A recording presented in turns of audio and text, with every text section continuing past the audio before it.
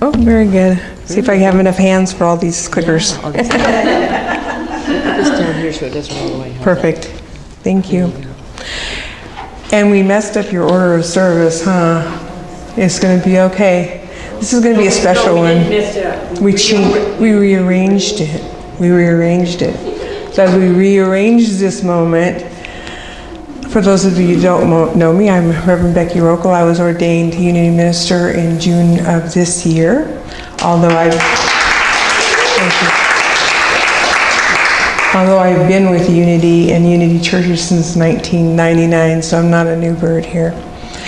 We are going to talk about the light of Christ in our world, okay?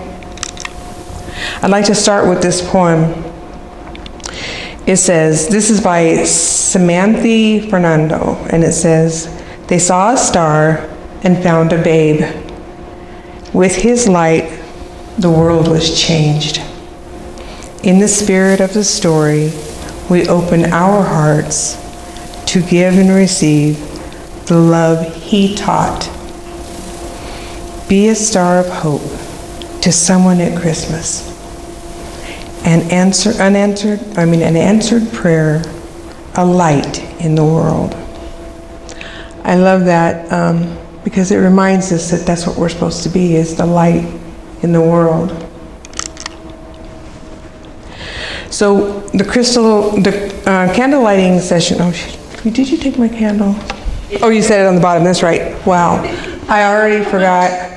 See, so if anybody didn't get a candle when they came in, you can raise your hands. We'll bring you one. Okay, everybody has theirs. We're going to use those in a little bit when we do the meditation. So first I'm going to have a conversation with you, and starts with Christmas is a happening, an event, a real celebration. It's a quickening of the power of joy in our lives. It's a happening of our mind and heart and spirit, as we once created a loving environment in which the new birth came to take place, the holy birth. The specialness of the season occurs again this week, and we're celebrating it today. Although it says Christmas is not a celebration to honor an event that happened to just one person long ago, it's a story about the birth of the Holy Child within us all. This honors the presence of love within every child of God. The single lighted candle that we will hold later is a symbol of that Christ light. It represents the light of God that burns deep within us all. And that's where I want to start. Everybody knows the story of the birth of Jesus, and it's been told for over 2,000 years. It's amazing and it's beautiful, and Mary and Joseph and on the donkey coming back to Bethlehem, and all the things that they endured to get there, and all the things that were going on around them to help this happen. So in Matthew 2, it talks about, King Herod wanted to get this stopped, but he was trying to get the wise men to help him out because he, faked that he was going to be helpful and he wanted to praise this child. Of course, he was lying, and he asked the wise men, the scholars, well, when you go and find this child, come and tell me where he's at, because I want to see him too. And on Matthew 2:9, it says, instructed by the king, they set off. Then the star appeared again, the same star that they had seen in the eastern skies. So they followed it. It led them straight to the Christ child, the manger where it was born. And they had arrived at the right time and the right place to bring their gifts to this child. And spoiler alert, the scholars never returned to Herod to let him know. They spent their time and gazed upon this child, and then they went back to their lives.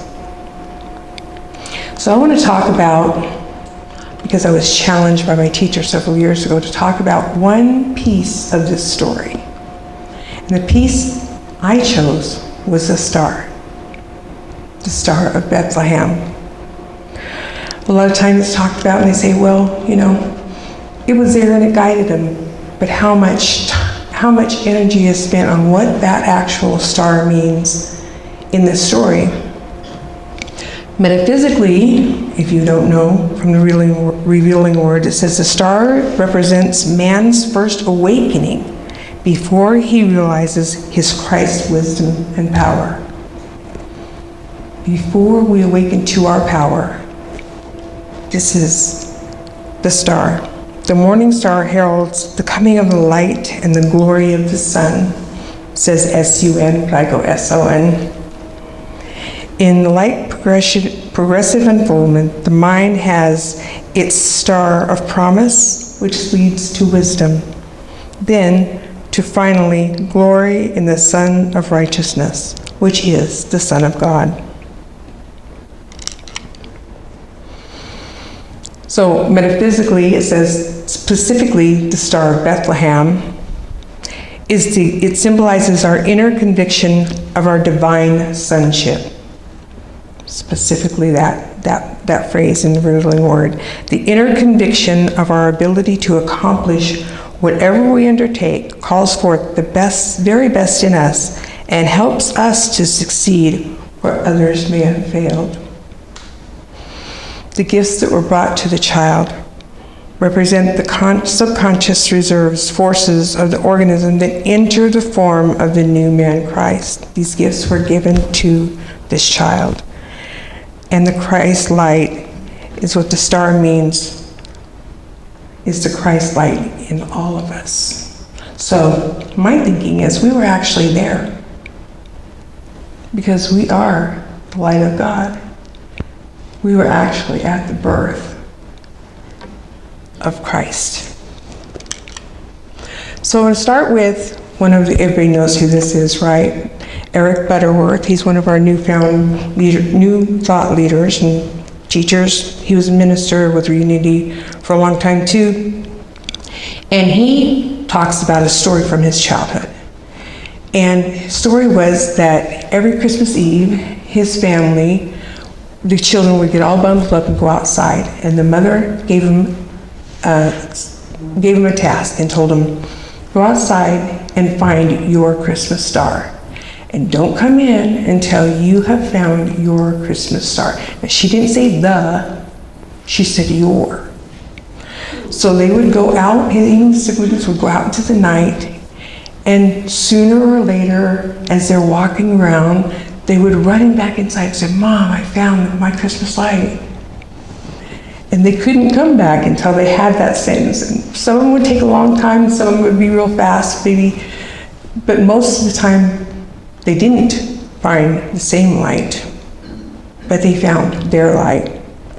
He says, perhaps we did find that light, but what really counts is our attitude towards that light, because they look for stars in expectancy. We expect this miracle to happen. How many of us walk around and go, I expect good things? I know I don't, right? Get up in the morning, have a house full of teenagers, I expect that they're going to need something from me before I even get off to work. So if we look for stars in expectancy, knowing that it was there and they would find it. Okay. Although many people choose to hide their light, killing the spark as in putting it under a bushel, we as truth seekers choose to stand up in the light and let it shine. Can you believe that on Christmas Eve there was a burst of transcendent light on the star in the skies, flashing outside somewhere and releasing this light from within every Christ child that was there, because they were in expectancy. The stories were there far before the Messiah showed up. They were all in expectancy of this. Jesus says in John 1:4, he says, in him was life, and that life was the light of mankind. So he even recognized it. Now, this is James Dillett Freeman. He's another New Thought author and minister of Unity, New Thought. He was a reverend for like 70 years with Unity, a long time. He wrote a play. And I found this, and I was just like, I gotta find a church that has a youth program, because I think this would be awesome to actually take this around to all the churches with the kids as they did this. And it's conversations, and there's different people having conversations in it, but the name of it is The Star Whose Light Was Love. Sounds like Jesus, right? So there was a dialogue going on, for the most part, between Archangel Michael and Gabriel. And they were tasked by God to go out into the world and find a star to be the Star of Bethlehem. They knew what the qualities were, what the responsibility was, what needed to happen. So they went out into the sky, into the night sky, to find this star. They ran across all kinds of stars, and they would stop and ask them, will you be the Star of Bethlehem? And they're like, sounds like a whole lot of responsibility. I don't think I can do that. You know, turning down God, right? Anyway, I've done that before. They keep going out and asking, and for whatever reason, the star didn't think they had enough energy. They felt that they weren't bright enough. They felt that they would not be able to hold that light for 30 days. Whatever reasons, star by star, they kept turning these angels down. And finally, as prayers goes and people get frustrated, right? Archangel Michael says, you know, God, what is going on here? And God replies, be still and know that I am. Oh yeah. So he sits down, they sit down, they close their eyes, and they listen for the voice of God to help them find the star. And as they're waiting there, a bright light appears. They see it so brightly behind their eyelids, and this heat wave just flashes by them. They're shocked, and they open their eyes, and there's a supernova, the big red star, right before it transforms, dead in front of them. And they're like, oh my goodness, what is this? And they knew that the star was ready to change, to transform. And they were going to bear witness to this. But just on the other side of this big nova was a small, little, teeny star holding its hand, helping it to transform. This little light was actually helping the big nova to become what it needs to be in the world. So the angels went up to him and said, you've got to be the Star of Bethlehem for us. You help others transform, and your light is so bright when you're doing this. We're amazed at this. And it took a little bit of talking, because the little star really didn't think he was all that. He just thought he helped other people, other stars, transform to be their best of their best. But in the long run, he agreed. The little inner light shining so bright, it was the light that could help everything transform. The light of each of us is that light. It is our Christ light. Even Charles Fillmore has some, we missed a lot of the rest of the play. It's 32 minutes long, but I don't have that much time. So Charles Fillmore, our co-founder, says this: bless what you receive, bless what you send out. God's plenteous substance moves in and through your mind constantly, like a light shining in the darkness. But sometimes we do not comprehend it. I know for the first 37 years of my life, before I found Unity, I had no idea how to light inside me. In fact, most of my life I'd been told the opposite. And it was reinforced by what was happening in my life and how I thought about myself. And I didn't know that I had this Christ, like that I even had a place in God's life, I would say. But I did, and we all do, because we are that light. Eric Butterworth says this: when your mind is functioning correctly, there is an outstreaming of light from within it, the form of inspiration, hunches, leads, and intuitive flashes. Trust these promises. Trust this imagination. As they say, in the twinkling of an eye, ideas and plans may flow into and through your mind. So I'm going to ask you, when we talked about the children going out to find the star, did you ever relate that star to yourself? I hadn't. The whole story had been focused on the mother and the father. But in truth, we are a piece of that, because there is no place that God is not. We know that, right? Not everybody out there knows that, but we do. We are actually a piece of that light. And we were there in that light, as that light, shining in Bethlehem. There could be no higher aspiration or expectancy than that as a life goal. To be that light, to be that tiny star walking around, holding the hand and helping others transform.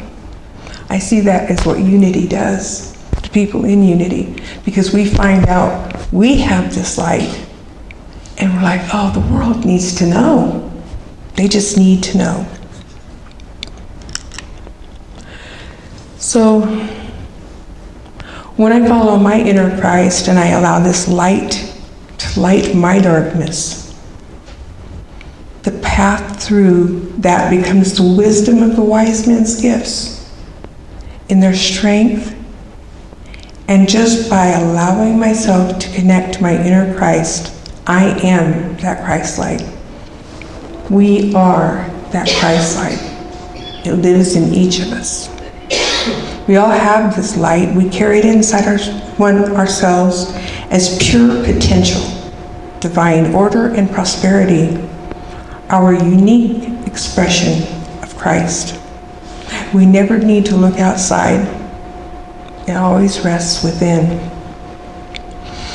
So the affirmations I have here, I will read them, and if you would read them with me, is, the first one is, I am a light of the Christ. And second, with this light we see our wisdom, strength, and gifts. The wise men brought us, right?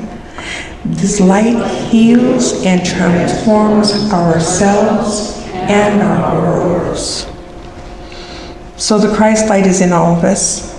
We are that shining star, and we carry that with us into the world.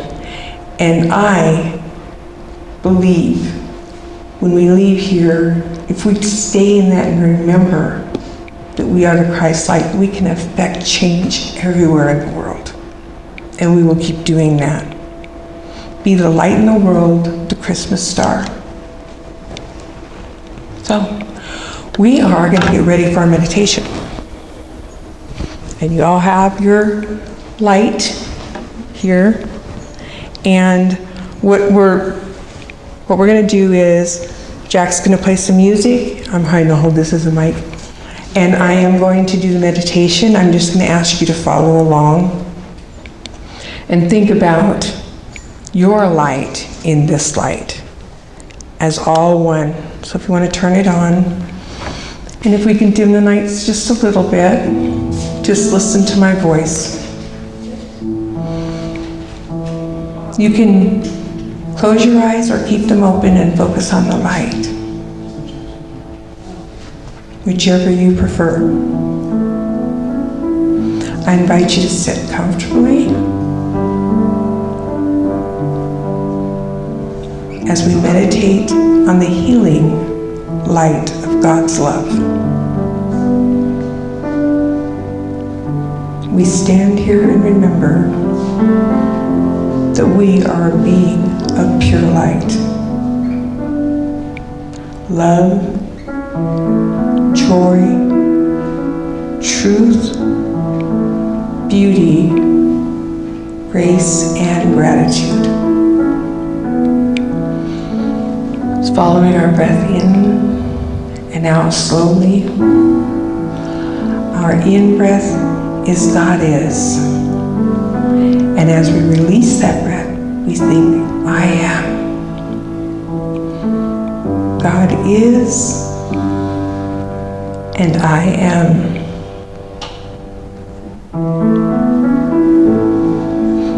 Listen to this voice, the Christ within. Expect to hear it. Have expectations of finding the invitation to be this light as you walk in your daily world. You are connected to the presence of God within yourself and all around. The Star of Bethlehem is also our star. We breathe in light and we exhale light. We are all made of the purest light of God. Bask in this glorious light as it enters your body through your breath. You feel the warmth from the light. You feel the love. You feel the friendship, the connection to the other lights in the world. You feel compassion, empathy flowing in and through you, the nature of Christ. So let's take a minute and rest in this loving, nurturing light.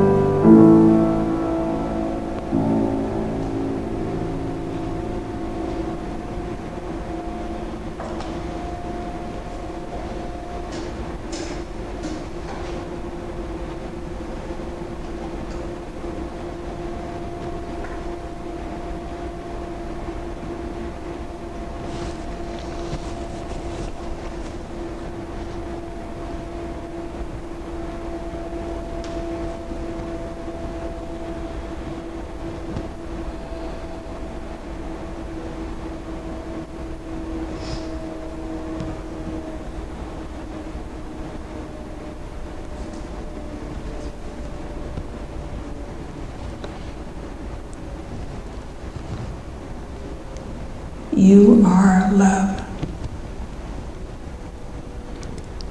You are light. You are compassion. You are empathy. And you are the Christ.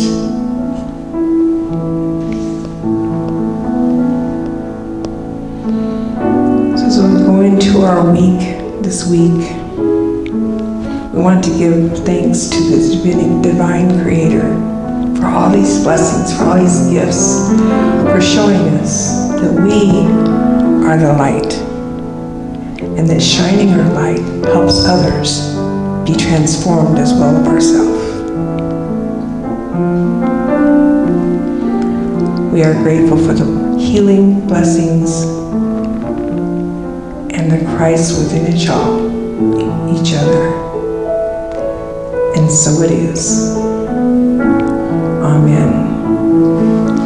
When you're ready, you can open your eyes and look at the lights.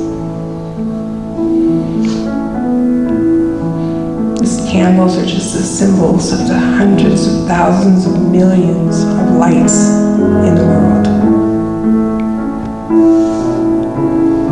That we all shine. We are grateful. And so it is.